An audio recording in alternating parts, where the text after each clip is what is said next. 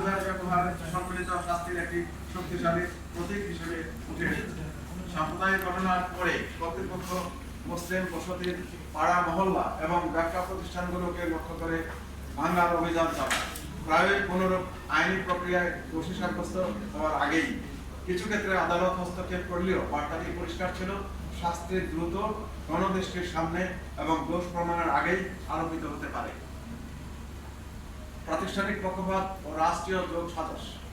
মুসলিম নির্যাতন আইন শৃঙ্খলা বাহিনীর মধ্যে প্রাতিষ্ঠানিক পক্ষপাতের দ্বারা আরো জোরদার হয়।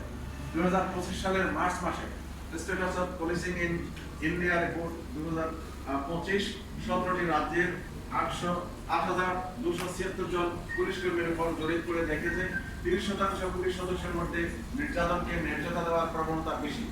লক্ষণীয় একটি বিষয়, 18% পুলিশ কর্মী বিশ্বাস করে যে মুসলিমরা স্বাভাবিকভাবে অপরাধ প্রবণ। হিন্দু পুলিশদের মধ্যে অর্ধেকেরও বেশি বিভিন্ন মাত্রায় এই বিশ্বাস সমর্থন করে।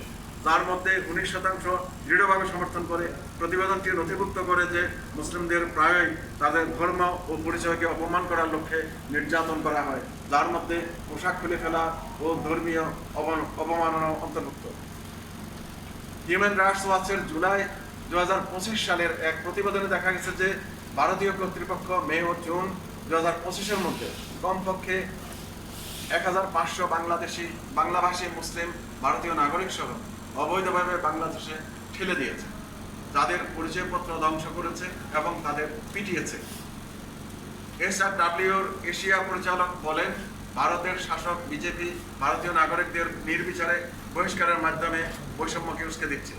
প্রতিবেদনটি তড়িৎ অভিযানকে কঠোরভাবে সমালোচনা করে, যা যথাযথ প্রক্রিয়ার অধিকার, দেশীয় নিশ্চয়তা ও আন্তর্জাতিক মানবাধিকার মানদণ্ডকে উপেক্ষা করে। 2022 সালে জমিয়ত উলামা হিন্দ বনাম ইউনিয়ন অফ ইন্ডিয়া মামলায় সুপ্রিম কোর্টের রায় থাকা সত্ত্বেও স্বেচ্ছাচারী উচ্ছেদের বিরুদ্ধে পদ্ধতিগত সুরক্ষা নীতি মেনে চলতে ব্যর্থ হওয়ায় 2025 সালে জাতিসংঘের মানবাধিকার পরিষদ ভারত সরকারের সমালোচনা করেছে। আর্থসামাজিক প্রান্তিকীকরণ ও দেশ ত্যাগ।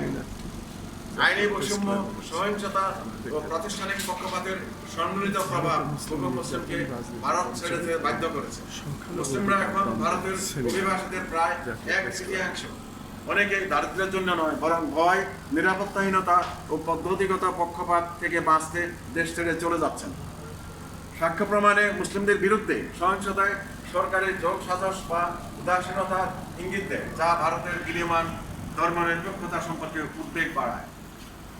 শিক্ষায় মুসলিমরা ক্রমবর্ধমান ব্যবধানের মুখোমুখি। উচ্চশিক্ষা, প্রতিযোগিতামূলক পরীক্ষা এবং কর্মসংস্থানের সুযোগে অব্যাহত চ্যালেঞ্জ বিদ্যমান। অনেক তরুণ বিদেশে পড়া বা কাজ করাকে একমাত্র সম্ভাব্য পথ হিসেবে দেখতে শুরু করেছে, যা মেধা পাচারের সমস্যাকে তীব্রভাবে সামনে এনেছে। 2025 সাল জুড়ে ভারতীয় মুসলিমরা এমন পরিবেশে বসবাস করেছে যেখানে সংবিধানের অধিকার কাগজে বিদ্যমান, কিন্তু মাটিতে তাদের সুরক্ষা ক্রমাগত প্রশ্নের মুখে ছিল। মুসলিম ব্যবসাকে অপবিত্র বা অবাঞ্ছিত হিসেবে চিত্রিত করা অভিযান বৈষম্যকে দৈনন্দিন করা কারবারে প্রসারিত করে এবং বৈষম্যের ইকোসিস্টেমকে বিস্তৃত করে।